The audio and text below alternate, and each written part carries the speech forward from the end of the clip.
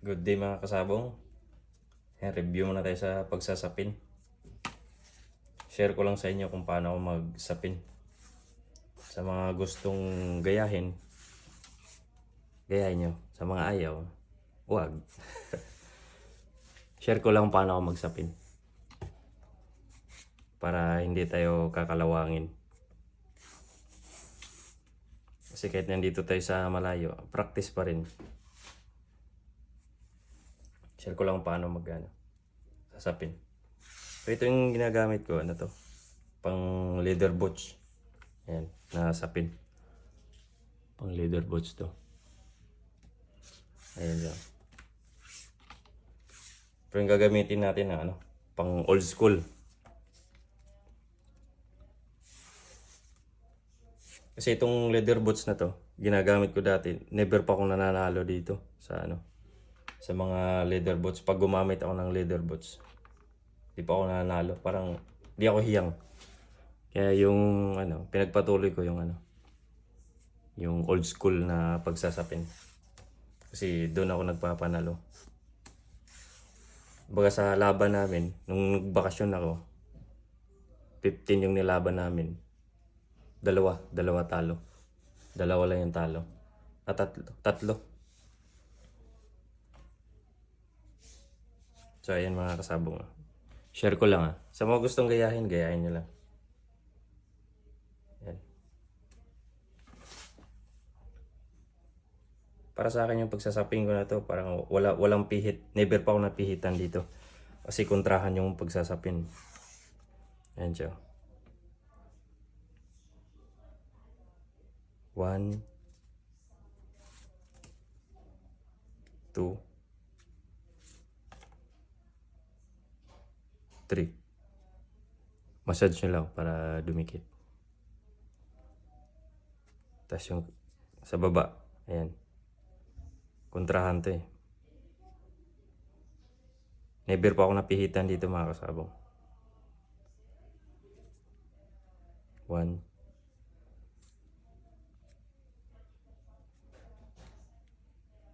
Massage nyo lang. 2. Dating ng 2, tupi nyo, pabalik. Tupi nyo ng pag ganyan Massage nyo. Pag ganyan.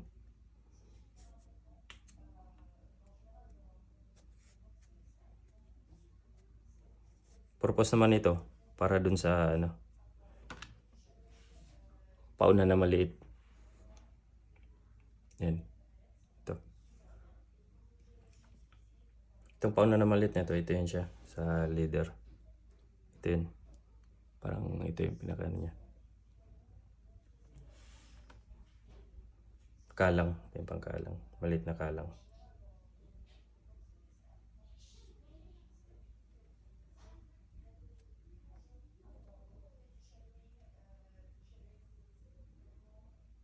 Old school talaga to. Kasi mga ginagamit ngayon sa lahat derby, leather boots na talaga.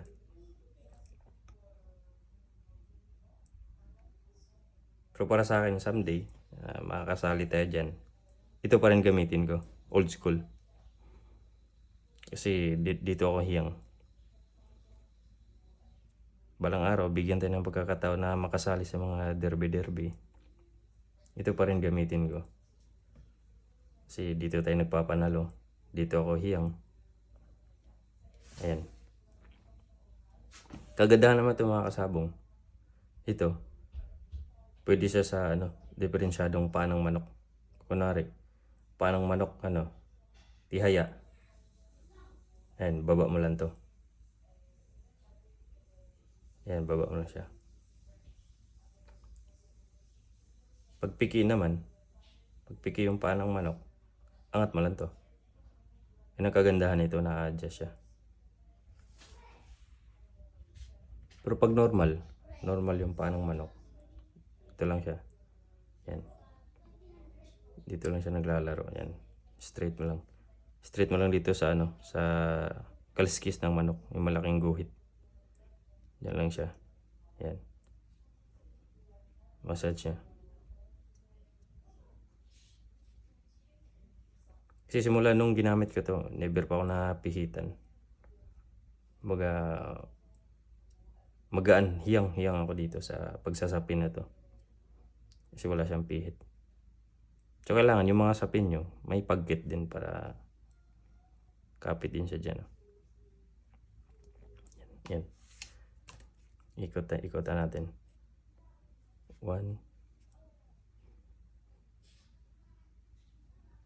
1,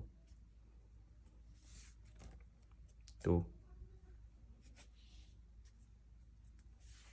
3. Tapos, fold din ng fold din ng dalawa. Para dun sa garol. 1,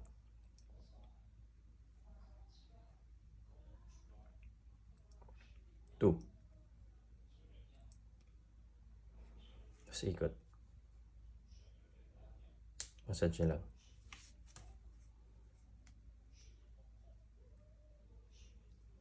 Yan, tapos baba nyo na.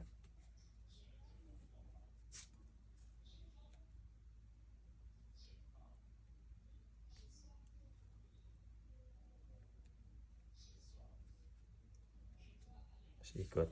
Yan.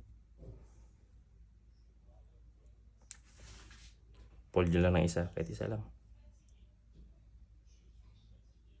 O kaya tansyahin nyo lang yung tansyahin nyo lang yung ikot nung sapin. Para hindi naman kayo kapusin dito sa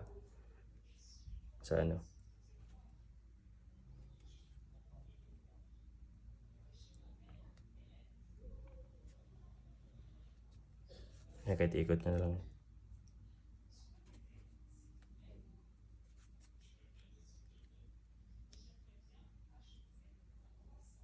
Yan. Tapos yung pangkalang. Dapat yung pangkalang nyo meron kayong small, medium, large para makapag-adjust kayo sa Pangkalang ko kasi isa lang eh.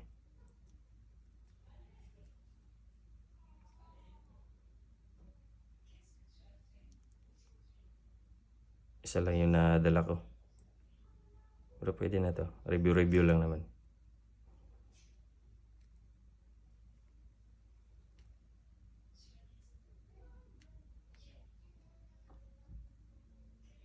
Yan.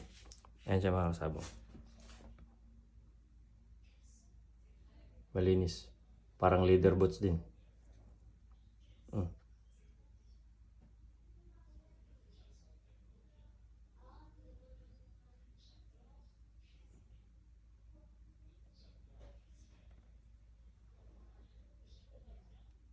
Ang settings ko naman sa nito. Ito. Yan ko lang to sa 12 o'clock. Gano'n lang. 12 o'clock. Yan, nakaganyan siya. Nakadegree na yan. 45 degree. 45 degree na yan.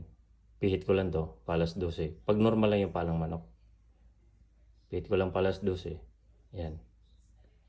12. Lapat na yung niya dito. Ayan. Yun yung settings ko. Paglapag ng garol dyan. Tapos binalik mo sa moisture ng panang manok. Yung dulo ng tari, nandun na yun sa puwitan ng manok. Sa dulo. Di baling pumasok konti, huwag lang lumabas. Ayan. Tapos pag nakaganyan yan, tapos settings ng tari mo yan. Paglapag ng garol sa tari, naka 1 o'clock. Naka 1 o'clock yung tumbada ng tari. Tapos pag balik mo sa moisture, yan, doon na sa puwitan ng manok. Di baling pumasok konti, wag lang lumabas. Yan, ganyan yung settings ko. Ganyan yung sipat ko mga kasabong. Yan. Malinis yan, parang leather boots yan. Walang pihit yan. Yan. Gamit na gamit to sa sa tupada. Kasi pag diferensyado yung panong manok, ito gamitin nyo. Yan. Old school. Yan, mula noon hanggang ngayon, old school pa rin yung ginagamit ko. Yan. Hindi natin ma-demo yung ano, tarik kasi wala tayong dalang tarik. Bawal kasi yun eh. Baka ma-hold tayo sa immigration. Matulis kasi yung tarik. Kaya sapin na lang dinala. Dinala ni Mrs. Yan. Para makapag-review tayo sa pagsasapin. Yan mga kasabang, malinis yan. Yan. Ayan, share ko lang mga kasabong ha. Sa mga gustong gayahin nyo. Sa mga, oo, okay lang. Basta na sinishare ko lang yung ano, paano magsapin. Ayan. Kasi ito lang naman katuwaan natin eh. Libangan, kasiyahan. Sa mga sabungero, kapwa mananari. So ayun lang mga kasabong.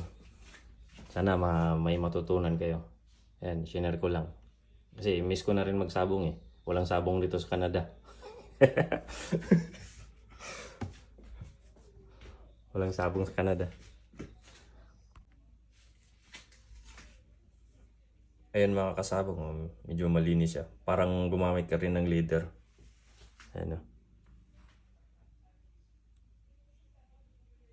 Malinis. Parang leather din. Ito yung old school.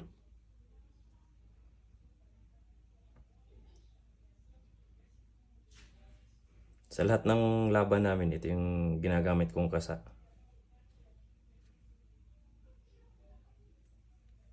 Probe naman sa akin, hindi pumipihit.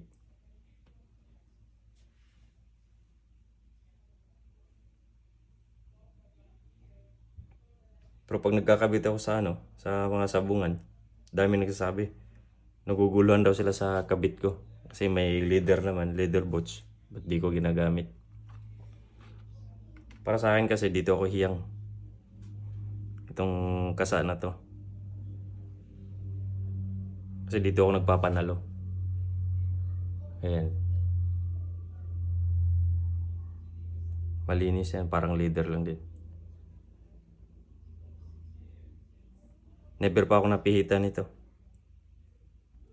Kasi kontrahan yung sapin.